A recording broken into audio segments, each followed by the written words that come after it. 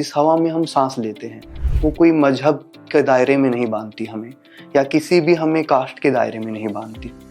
तो जो पेड़ हमें हवा देते हैं वो हर किसी को हवा देते हैं। हमें प्रकृति सिखाती है विजडम, और वो विजडम हम तब सीखेंगे तभी हम प्रकृति के लिए कुछ कर पाएंगे।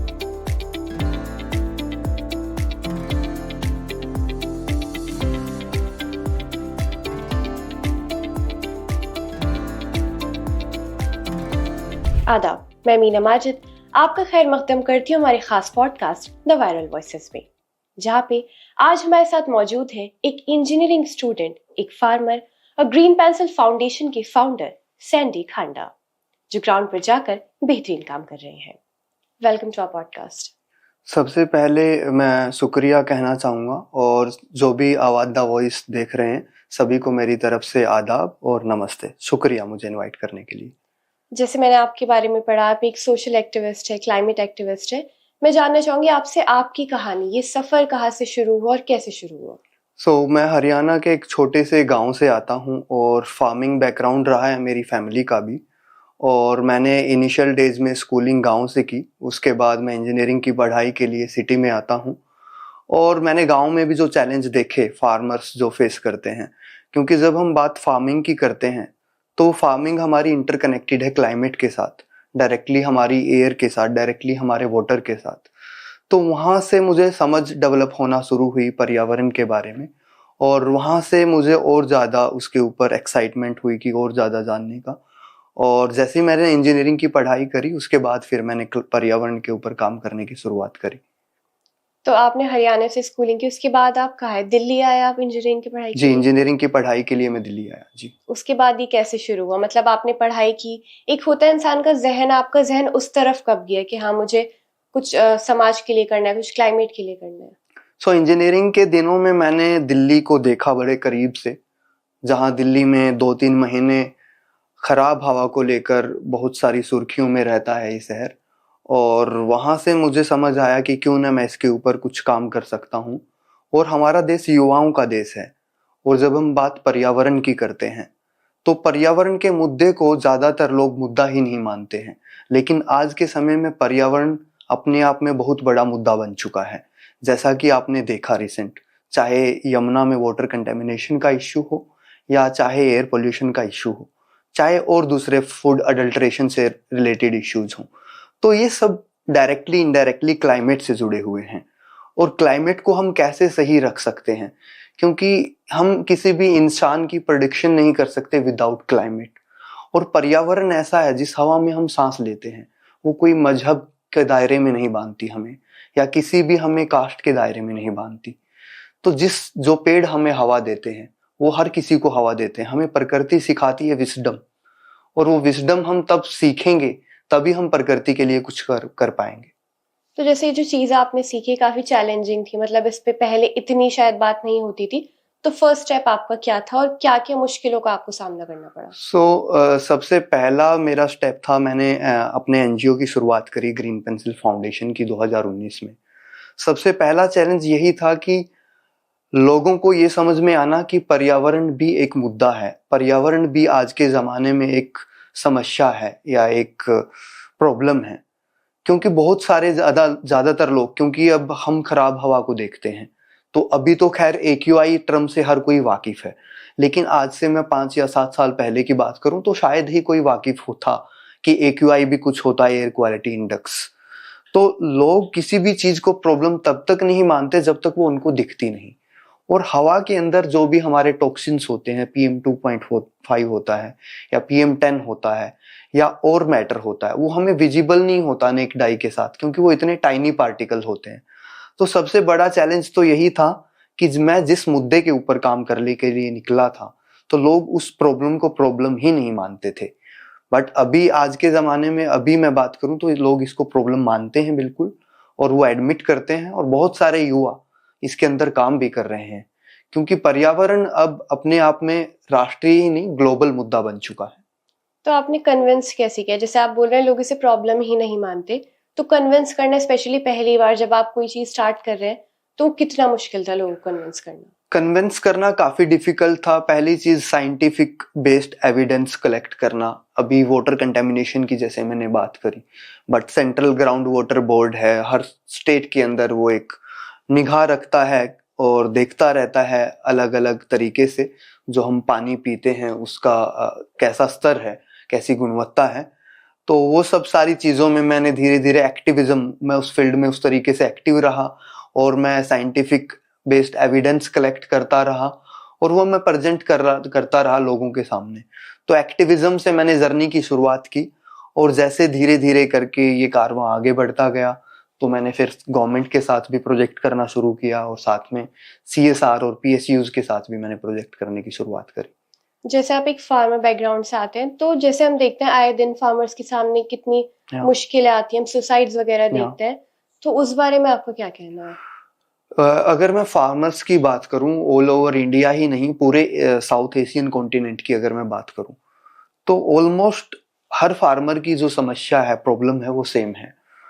जब हम बात करते हैं, अगर कोई फार्मर अपना वीट या राइस बेच रहा है, उसको जो मिनिमम सपोर्ट प्राइस मिलता है और जो ट्रेडर है जिस प्राइस पे वो बेचता है, there is a huge gap. The person, जो लोग उगाते नहीं हैं, वो लोग कहीं ज्यादा प्रॉफिट कमा रहे हैं फार्मर से ज्यादा, जबकि farmers they are putting their hard work और लैंड उनका अपना यूज हो रहा है, बाकी resources they are using, out of that also they are not able to generate any profit. तो सबसे बड़ा प्रॉब्लम यही है फार्मर्स का, जो मुझे लगता है। आज हम देखते हैं फार्मर्स के suicide rate all over India ही नहीं पूरे साउथ एशियन कॉन्टिनेंट में बहुत ज्यादा हाई है। तो इसका एक मेन कारण यही मानता हूँ, जिस तरीके से बाकी सेक्टर डेवलप हुए। अगर आप IT की बात करेंगे, IT में अगर आप 10 साल पहले जाएंगे तो पैकेज कम रहते होंगे, लेकिन आज आप देखते हैं पैकेज काफी हैं लोगों के। बाकी दूसरे फील्ड की भी अगर हम बात करें तो काफी ज्यादा ग्रोथ हुआ है। बट अगर हम सर्विस सेक्टर को हटा दें और एग्रीकल्चर सेक्टर की बात करें तो फार्मर्स आज भी वहीं के वहीं हैं। कहीं ना कहीं हमारी जो पॉलिसीज हैं उनके बारे में हमें सोचना पड़ेगा, क्योंकि अगर फार्मर्स नहीं होंगे शायद हमें गूगल या इंटरनेट हमें रोटी नहीं दे सकता। तो ये एक बड़ा सीरियस कंसर्न है कि हम फार्मर्स को भी शामिल करें फार्मर से जुड़ी हुई पॉलिसीज बनाने में। जी। तो आपने अपनी फाउंडेशन की तरफ से फार्मर्स के लिए कुछ किया है, कुछ इनिशिएटिव स्टार्ट किया है? अभी फार्मर्स के लिए अभी हमने जिस तरीके से फूड अडल्ट्रेशन एक बहुत बड़ा इश्यू बनता जा रहा है, और दूसरा अभी हम बहुत ज्यादा एक्सेसिव फर्टिलाइजर्स यूज कर रहे हैं फूड प्रोडक्शन में। If you take an example of western UP या फिर हरियाणा, पंजाब और पूरे throughout the India, if you take an example of whole India, even whole South Asia, तो अभी हम लोग बहुत ज्यादा excessive fertiliser and pesticides use कर रहे हैं। और वो जब हम इरिगेट करते हैं लैंड में, हमारी फसल में, जब वो पानी के साथ मिक्स होकर ग्राउंड वाटर को रिचार्ज करता है, तो वो हमारा ग्राउंड वाटर है उसके अंदर कंटेमिनेशन लेवल भी बढ़ाता है। तो वही खाना हम खा रहे हैं। तो हमने अभी ऑर्गेनिक फार्मिंग के ऊपर काम करना शुरू किया हमारे फाउंडेशन में। कैसे हम लोग कंपोस्ट कर सकते हैं अपने घर के अंदर, और वो कंपोस्ट हम एज ए फर्टिलाइजर यूज कर सकते हैं instead of taking chemical fertilisers, और उससे जो हम उगाएंगे वो हम बेच सकते हैं। उसके अलावा हम फार्मर्स को बढ़ावा दे रहे हैं, कैसे वो एंटरप्राइज मॉडल स्टार्ट कर सकते हैं अपना खुद का, ई-कॉमर्स पे अपने प्रोडक्ट बनाकर बेच सकते हैं, जैसे कि आपका राइस हो गया या वीट हो गया या कुछ भी हो गया, वो अपना खुद का एंटरप्राइज भी शुरू कर सकते हैं। और आज के टाइम में ऐसी ट्रेनिंग्स और ऐसी चीजें अवेलेबल हैं, मार्केट प्लेसेस खुद ही ट्रेनिंग दे रहे हैं। अगर मैं अमेजोन की बात करूं तो वो खुद सेलर ट्रेनिंग देता है, आपका लिस्टिंग करता है, हर एक काम वो आपका कराता है। बस आपको अपना तैयारी करना है, आपको एंटरप्राइज रजिस्टर करना है, और आप डायरेक्ट किसी भी गांव में बैठे आप बेच सकते हैं, वहां से शिप कर सकते हैं। मतलब जरूरी है कि फार्मर से की इन्फॉर्मेशन जाए, मेन तो यही है, तभी वो कुछ करेंगे। बिल्कुल, क्योंकि फार्मर्स, अभी हम ट्रेडिशनल फार्मिंग की बात करते हैं, अभी फार्मर प्योरली डिपेंडेंट हैं गवर्नमेंट पे और APMC मंडीज में अपनी फसल बेचने के लिए। क्यों ना वो अपनी फसल खुद बेचें, जैसे बाकी कंपनीज उनसे खरीद के बेच रही हैं, they are getting maximum profit out of it, but farmers को उतना प्रॉफिट नहीं मिल रहा है। हेयर इज द गैप, जो असल में गैप है वो यहाँ पे है। अगर इस गैप को हमें खत्म करना है तो हमें फार्मर्स को एम्पावर करना पड़ेगा, हमें उनको एंटरप्राइज मॉडल सिखाना पड़ेगा, कैसे वो अपनी फसल डायरेक्ट बेनिफिशरीज, डायरेक्ट कंज्यूमर तक पहुंचा सके। बट अभी क्या हो रहा है कि फार्मर्स अपनी फसल किसी थर्ड पर्सन को दे रहे हैं, then that third person is selling it to consumers, so वो अपना प्रॉफिट वहां से विड्रॉ कर रहा है, जबकि वो ना फसल उगाता है ना मेहनत करता है। That's the real problem. मैं जानना चाहूंगी, क्लाइमेट चौपाल नाम से भी आपका एक इनिशिएटिव है, ये किस बारे में है? सो क्लाइमेट चौपाल की अगर मैं बात करूं, जिस तरीके से अभी हवा की बात हमने करी, पानी की हमने बात करी और खाने की हमने बात करी, तो हमारी कम्युनिटीज को सेंसिटाइज करने के लिए कि वो कितने सेंसिटिव हैं इस मुद्दे को लेकर, और ये मुद्दा किस तरीके से उनको इम्पैक्ट कर रहा है, चाहे एयर पोल्यूशन का हो। अब एयर पोल्यूशन की वजह से कितने सारे लोगों को एलर्जीज एंड अस्थमा होता है। बहुत सारे लोग हैं, they are not doing smoking and they are not doing any kind of other activities, but they are detected with cancers, allergies and asthmas, and that will be the real issue. तो climate चौपाल एक हमारा ऐसा non formal platform है जहां पे कोई भी common आदमी किसी भी कम्युनिटीज का आकर हम वहां पे एक गैदरिंग करते हैं, जहां पे we are exchanging ideas and sharing the problems related to climate change, whether it will be water, whether it will be air and whether it will be food contamination. आपने लाइब्रेरीज को भी transform किया है, जैसे अगर हम आपके बारे में पढ़ते हैं तो गूगल पे ये चीज बहुत पहले आती है, तो ये पूरा प्रोसेस क्या है और कैसे स्टार्ट हुआ है? सो हमने अभी एक इंपेरियल लोटो के साथ CSR हमारा प्रोजेक्ट चल रहा है पिछले 2 साल से, और पहली मर्तबा हमने सस्टेनेबल प्रैक्टिसेस वर्कशॉप्स के साथ शुरू किया, जहाँ पे हमने फरीदाबाद के अंदर 5 गवर्नमेंट स्कूल्स को अडॉप्ट किया, और वहाँ पे हमने बच्चों को सिखाया कि कैसे वो सस्टेनेबल लाइफस्टाइल प्रैक्टिस कर सकते हैं अपने डेली लाइफ में। और वहाँ पे हमने अंडर दैट प्रोजेक्ट हमने मेटल का बोतल बनवाया, और उसके अलावा टोट बैग्स बनवाए, क्लॉथ पैड बच्चियों के लिए, सो डैट वो अपने मेंस्ट्रुअल हेल्थ को मैनेज कर सकें बट सस्टेनेबली। और ये सारी चीजें हमने दी। ये पहले साल की अगर मैं बात करूं, जब हमारा सेकंड फेज में ये एंटर हुआ तो हमने उन्हीं 5 स्कूल में इको फ्रेंडली लाइब्रेरी की शुरुआत करी। तो इको फ्रेंडली लाइब्रेरी में बेसिकली हमने क्या किया कि जो हमारी वॉल होती है उस वॉल के ऊपर वर्टिकल गार्डन बनाया, और वर्टिकल गार्डन में हमने जो सिंगल यूज प्लास्टिक बोतल होती है उनको हमने अपसाइकिल किया, पेंट करके उनके अंदर सोयल डाल के उनके अंदर प्लांट्स लगा के वी हैंग्ड विद टोट। और उसके अंदर हमने उसके अलावा जो फर्नीचर यूज किया वो बैम्बू का यूज किया। उसके अलावा हमने उनके अंदर बिहेवियर चेंज लाने के लिए वेस्ट मैनेजमेंट से रिलेटेड हमने वहां पे different metal waste bins install करे। इसके अलावा क्लॉथ पैड के लिए हमने वहां पे सैनिटरी पैड वेंडिंग मशीन लगाई। तो ये सारी चीजें हमने की। सीड बैंक लगाया, जैसे कि जामुन का सीजन होता है, आम का सीजन होता है, तो आप आम आप घर पे खाइए, स्कूली बच्चे जो होते हैं उसके जो बीज हैं, जो भी सीड हैं, आप लेके आइए स्कूल में, हम उनको ड्राई करेंगे, सीड बैंक में स्टोर करेंगे। और वहीं पे अभी हम थर्ड फेज में नर्सरी बना रहे हैं। जो बीज हम इकट्ठा कर रहे हैं उन्हीं बीज से हम प्लांट्स बनाएंगे, और वही प्लांट आपको फ्री में मिलेगा, आप कहीं भी लगा सकते हैं। तो एक ये सफर है एक उस सीड का, उस बीज का, जिसको हम वेस्ट कचरा समझ के फेंक देते हैं। तो कोई भी चीज whatever coming from soil it goes back to soil. तो ये कहा जाता है, भले ही वो इंसान भी क्यों न हो, इंसान को भी हम बोलते हैं वापस मिट्टी में ही हमारी यात्रा का अंत होता है। तो वही फिलॉसफी है हमारी, पर्यावरण को लेकर भी और फार्मर्स को लेकर भी। तो यही हमने सीड बैंक के माध्यम से भी, अभी हमारा थर्ड फेज है जहां पे हम नर्सरी की शुरुआत करेंगे और साथ में कंपोस्टिंग करेंगे। सो कंपोस्टिंग जैसे कि ड्राई लीव्स होते हैं स्कूलों में, बहुत बड़े बड़े पेड़ होते हैं, सूखे पत्तों को भी एक परसेप्शन बन गया है कि वो भी वेस्ट है, उसको जला दिया जाता है। बट हम उससे इतना अच्छा कंपोस्ट खाद तैयार कर सकते हैं जिसको हम अपने प्लांट्स में, टेरेस गार्डनिंग में, उन सब में यूज कर सकते हैं। मतलब इसे आपने इंटरेस्टिंग बनाया स्टूडेंट्स के लिए भी। जो इसमें ये हो गया कि स्टूडेंट हर एक चीज प्रैक्टिकली करेंगे। जब हम बात जर्मिनेशन की करते हैं तो जहां पे हम नर्सरी स्टेब्लिश कर रहे हैं, जो सीड उन्होंने इकट्ठा किए तो उन्हीं सीड को वो जर्मिनेट करेंगे खुद से, तो वो प्लांट बनेगा। उस प्लांट को वो उगाएंगे, तो उसके लिए हम कंपोस्ट कर रहे हैं स्कूल के ही सूखे पत्तों से, तो खाद वो डालेंगे, कंपोस्टिंग वो सीखेंगे, जर्मिनेशन वो सीखेंगे, फोटोसिंथेसिस वो सीखेंगे, और अच्छी बात यह कि वो सोयल के साथ काम करेंगे। जो सबसे बड़ी प्रॉब्लम है हमारे एजुकेशन सिस्टम की, हम प्लांट्स की बात करते हैं बट हम प्लांट्स को सिर्फ इसी एंगल से पेश करते हैं कि ये हमें ऑक्सीजन देते हैं, फल देते हैं। कभी उस एंगल से हम पेश नहीं करते कि कितने सारे बेजुबां उसके ऊपर बर्ड्स हैं, इंसेक्ट्स हैं, जिनका वो घर है, जहाँ पे वो घोंसला बनाते हैं, अपना घर बनाते हैं, रहते हैं, खाना खाते हैं। उस बारे में हम कभी नहीं सोचते। और मैं मानता हूँ कि सोइल भी अपने आप में एक लिविंग सिस्टम है, जहाँ पे कितने सारे अर्थवॉर्म्स हैं, कितने सारे प्रोटोजोआ हैं, जिसकी वजह से हमारे खाने के अंदर जो न्यूट्रिशन है वो आ पाता है। और पूरा सोइल का अपने आप में अगर मैं इम्पोर्टेंस की बात करूं, सोइल के अंदर ही हम खाना उगा पाते हैं, और सोइल के अंदर ही खाना उगा पाते हैं तो हम सब एग्जिस्ट कर पाते हैं। तो आई थिंक मुझे जो लगता है, मिट्टी से बड़ा कुछ नहीं है।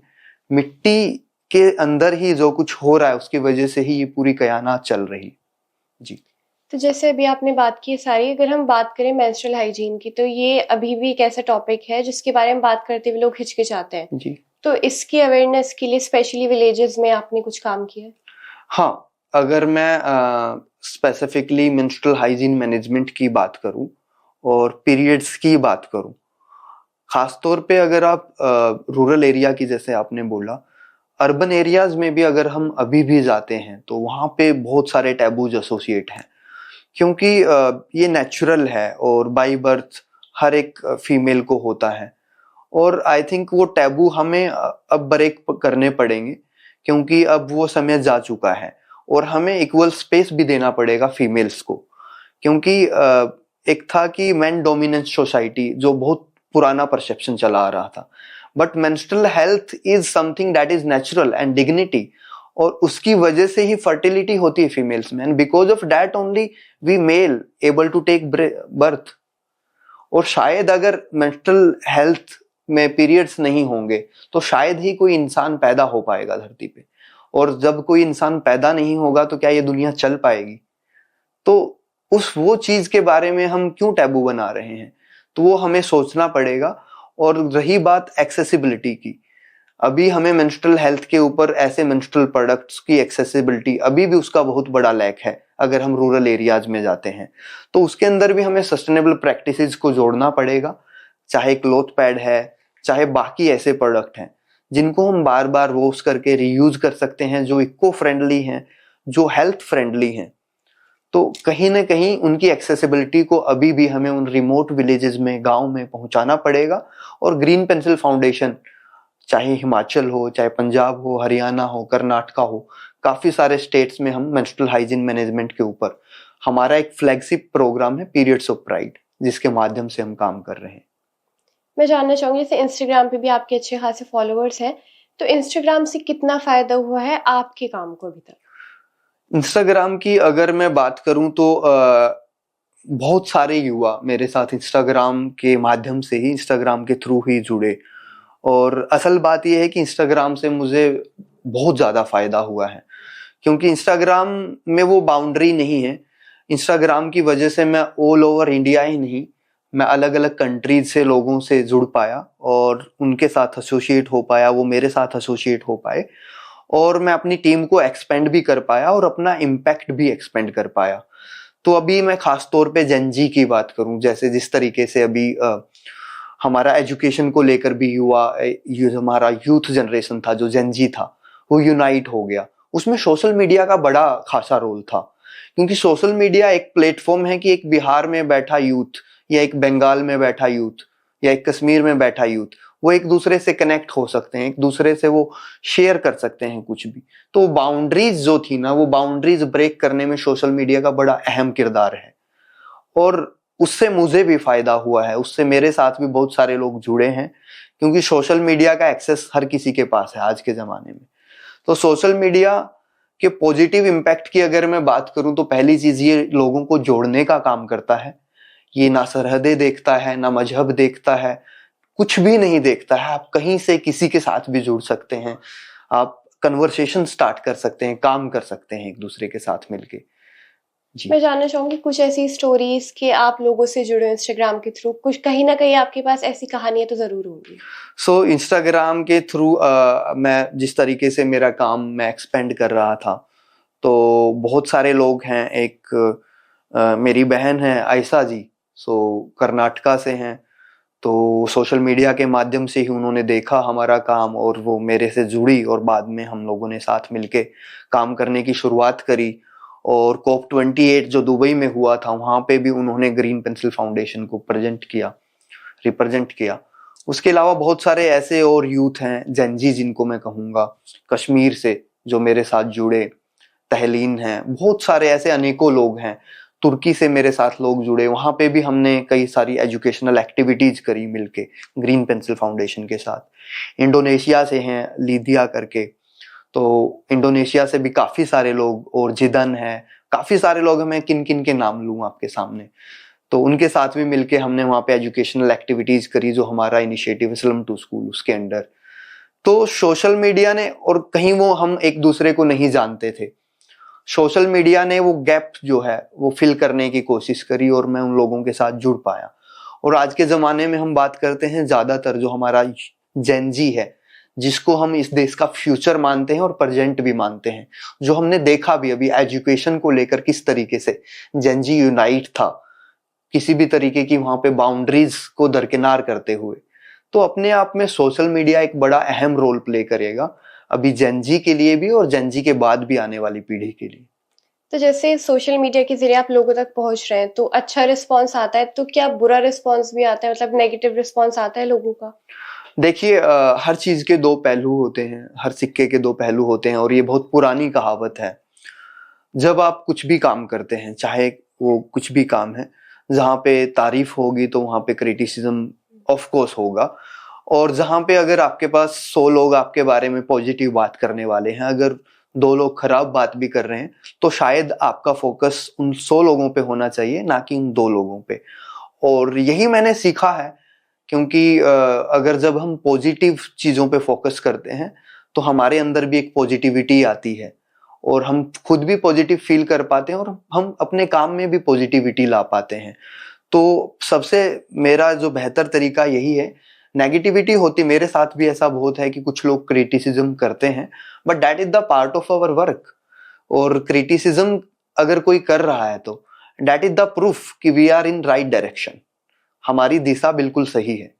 और यही मानना है कि पॉजिटिव के ऊपर हम ज़्यादा इम्पैक्ट करें, और ज़्यादा फोकस करें, ज़्यादा इम्पैक्ट करने की कोशिश करें, तो नेगेटिव अपने आप में ही ख़त्म हो जाएगा। और वो एक लाइन भी है कि बात उसकी होती है जिसमें कुछ बात होती है, तो नेगेटिव भी आ रहा है तो आ तो रहा है, लोग मतलब नोटिस कर रहे हैं आपको। जी जी जी। मैं जानना चाहूंगी, जैसे ये एनजीओज वगैरह होती हैं, तो आपको प्रॉफिट होता है इस चीज से? क्योंकि जैसे आप फुल टाइम ही कर रहे हैं, कोई और जॉब नहीं, तो कुछ प्रॉफिट होता है, कहाँ से होता है? अगर मैं एनजीओ की कहानी की अगर मैं बात करूं, एनजीओ को हम डेवलपमेंट सेक्टर या सोशल सेक्टर भी कहते हैं। और सोशल सेक्टर में इस वक्त अराउंड 70-80,000 करोड़ का हमारा सोशल सेक्टर है, डेवलपमेंट सेक्टर है, जिसमें एनजीओज और सोशल एंटरप्राइज आते हैं। इसमें हमारे जो मेजर जो सोर्स ऑफ प्रोजेक्ट्स होते हैं वो CSR होता है, corporate social responsibility, and that is mandatory by income tax and government of India for the corporates who are working in India. So that is one of the major parts and source of funding and projects. And second is government and PSU is also giving lot of projects to NGOs, जहाँ पे Ministry of Social Justice है, Ministry of Environment है, there are lot of Ministry of Tribal है, जिस क्षेत्र में काम करने की जरूरत है। उसके अलावा फॉरेन कंट्रीब्यूशन के लिए FCRA आपको लेना होता है, तो आप फॉरेन फंड भी, फॉरेन प्रोजेक्ट भी लेकर चला सकते हैं। तो there are lot of windows to get fundings, to get projects. वो टैप और एक्सेस आपको करना है, तो उसके बारे में थोड़ा सा आप अच्छे से स्टडी करें, रिसर्च करें, पढ़ें, और फिर आप इस फील्ड में आइए। और अभी तो ये फील्ड खैर प्रोफेशनल फील्ड बन चुका है। सोशल वर्क अभी हर यूनिवर्सिटी में पढ़ाया जा रहा है, चाहे बैचलर हो, मास्टर्स हो, चाहे डॉक्टरेट हो। तो सोशल वर्क अपने आप में अभी एक काफी एक महत्वपूर्ण फील्ड बन चुका है। हम उम्मीद करेंगे आप आगे भी ऐसे ही काम करते रहें। Thank you so much. जी, शुक्रिया अमीना जी, और शुक्रिया आपके जो भी ऑडियंस हैं, दर्शक हैं आवाज द वॉइस के। द वायरल वॉइसेस के आज के एपिसोड में हमारे साथ थे सैंडी खांडा। ऐसे और भी एपिसोड्स के लिए देखते रहिए आवाज द वॉइस।